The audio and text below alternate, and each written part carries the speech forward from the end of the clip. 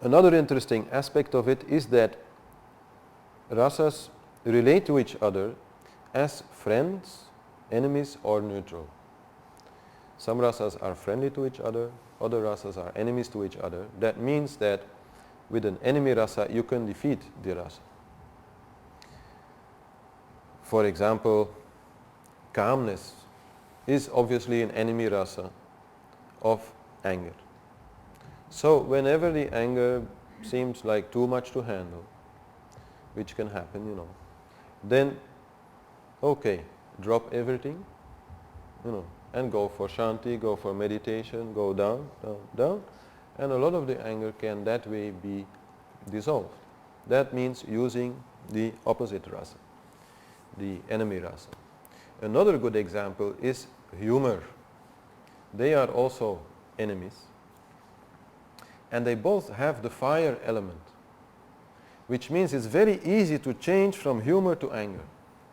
That is also a little magic about which I have been very surprised.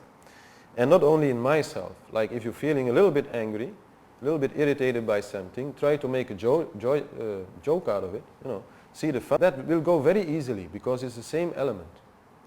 But even in other people, I've been surprised. I mean, you have to be careful, of course. If somebody is angry, you start making jokes about it, he might, you know, become even more angry. But if the anger is not just, you know, it's just a little thing, like more an irritation, then quite easily with a joke you can like turn it around and people will see, okay, yeah, let's not, you know, let's just try to do something about the problem and not, you know, get all fed up about it, you know. So, also each rasa leads to another rasa automatically, not always. You are free, entirely free to go from one rasa to another. You can jump from anger to sadness, whichever one you want. But there are some particular relationships. For example, the rasa produced after anger is always sadness. Not always, I'm saying it wrong, it's usually sadness. No? So that is also interesting to know when you are analyzing your own emotions, to know where they are coming from. And it also tells you something when you want to do Rasa Sadhana, with which rasa you want to start. No?